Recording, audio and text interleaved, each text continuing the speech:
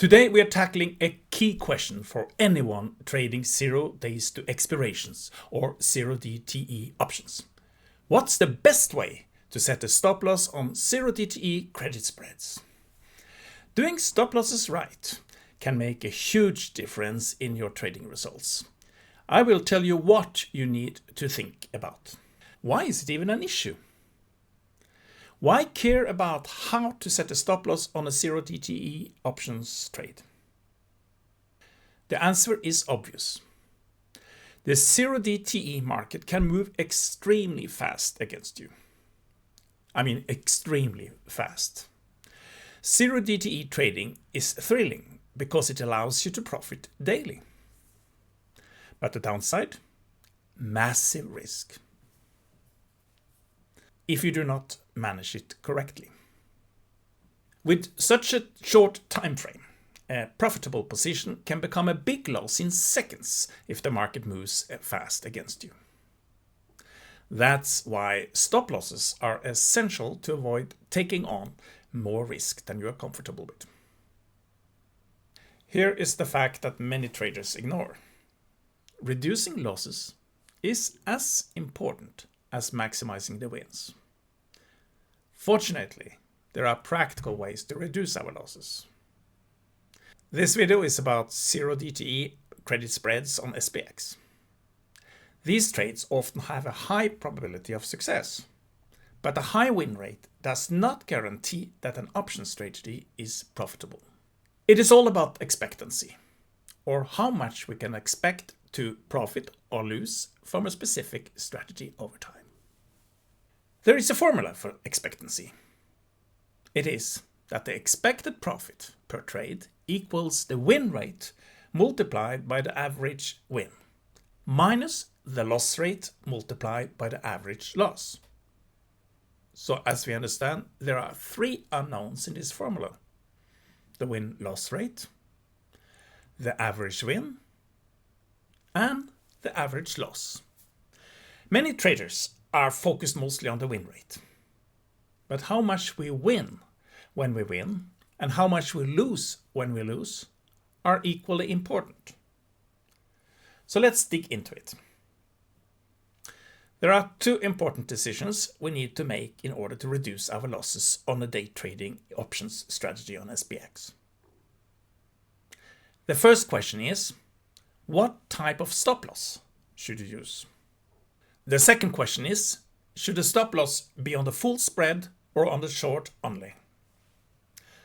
Let's stop for a moment. What exactly is a credit spread?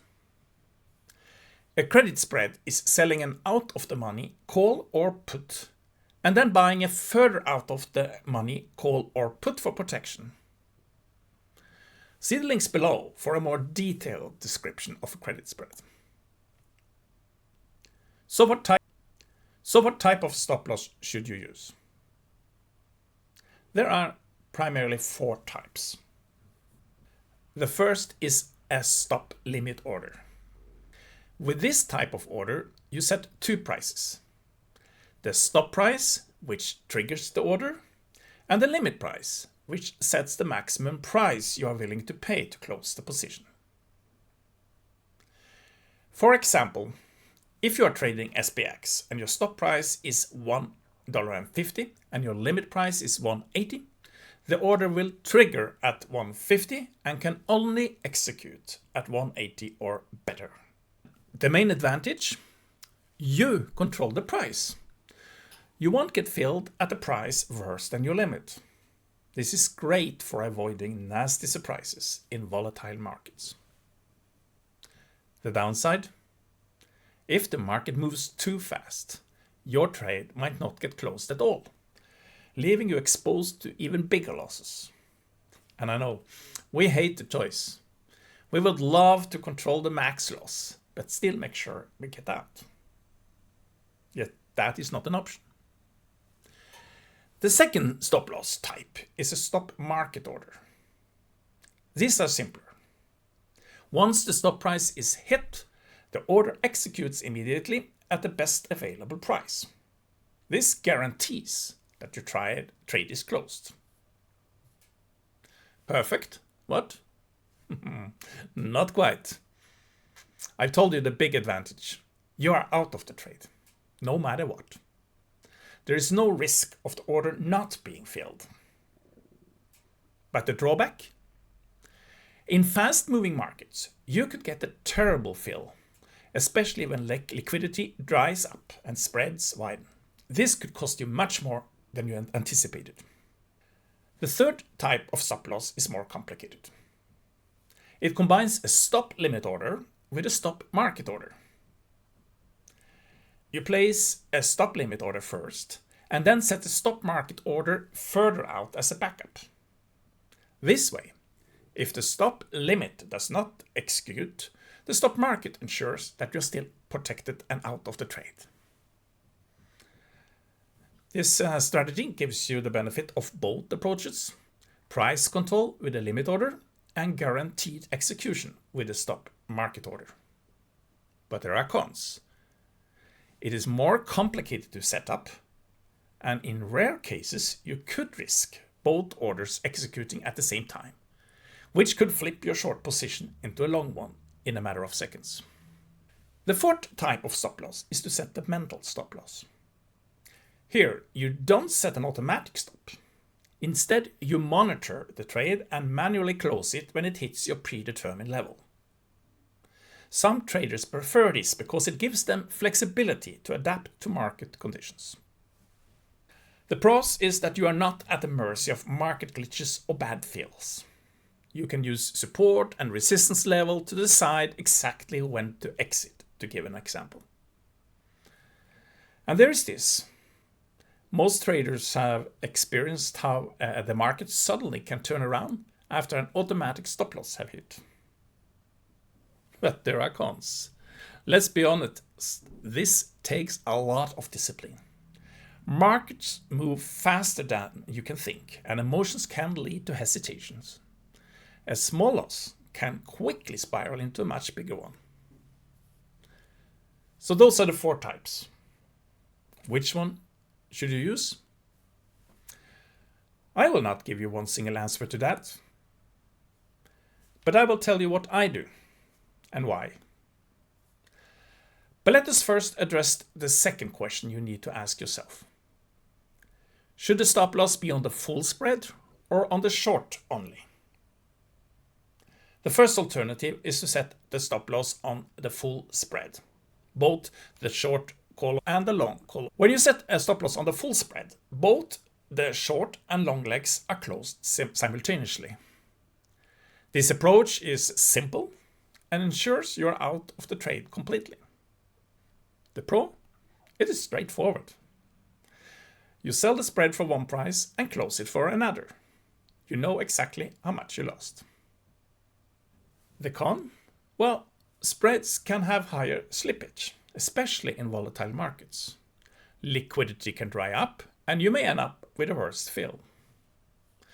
Alternative 2 is to set the stop loss only on the short legs of your spread. In this case, the long legs remain open and can be closed manually later or left to expire. The pros? Well, this approach often results in lower slippage and can even lead to additional profits if the market keeps moving in your favor after the short leg is closed. The con is that it is more complex to manage. You'll need to monitor the long leg closely and be ready to act quickly if the market reverses. Also, you need to estimate the value of the long leg when you set the stop loss on the shorts. This can sometimes be tricky.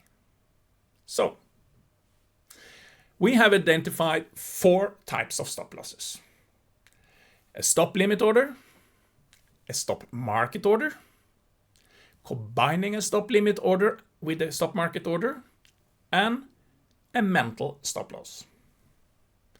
And we have shown 2 alternatives for what we set the stop loss on the full spread or on the short only, and then potentially close the longs later. The burning question is this: what is the best way in zero DTE trading?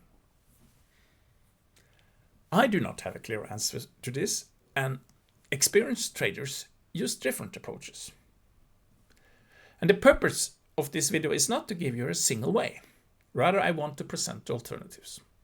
But I will tell you what I do personally and why. I have tried all types of stop losses. And I have set stop losses on both the spreads and the shorts. I have lost lots of money because of bad fills. I have made fantastic profit because my longs were left and suddenly gained a lot in value. So this is how I do it. First, I use a combination of stop limit and stop market orders. I set a 30-point difference between the stop and limit prices and a stop market order 20 points beyond that. For this I use a so-called OCO order, meaning one cancels the other. The stop limit order and the stop market order are essentially two separate orders. But if one of them triggers, the other is automatically cancelled. Combining the stop limit order and the stop market order in this way give me the best of two worlds. I set an initial limit to what price I'm willing to get filled at. And in 90+% of the cases, it is the stop limit order that will be filled. But then there are those rare cases in which the market just blows through the stop limit order. That is when the stop market order 20 points further out becomes the last line of defense. It makes sure that I get out of the trade, although at a bad feel. And I get out now. In general, this has worked very well for me. In almost all cases, it is the stop limit order that has triggered. In a few cases, especially with sudden market moves, the stop market order triggered, and in a couple of cases, at very bad fills. But at least I got out. There is one con that happens very rarely, but which can make you very confused when it does take place. Every now and then, both the stop limit order and the stop market order execute at the same time. In this case, you're suddenly long what you were short. This has happened to me only a handful of times per year. In most cases, I actually profited. The reason is that the market kept moving in the same direction. As I was now long what I was just minutes before were short, the move benefited me. My strategy, though, is to get out as soon as possible when this happens. This is an unexpected event.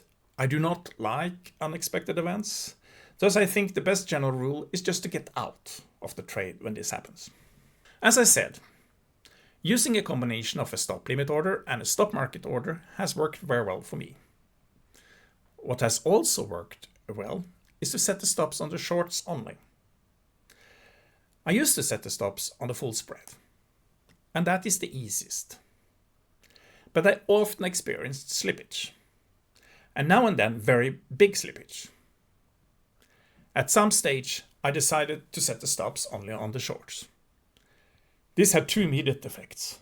First, my average slippage was reduced.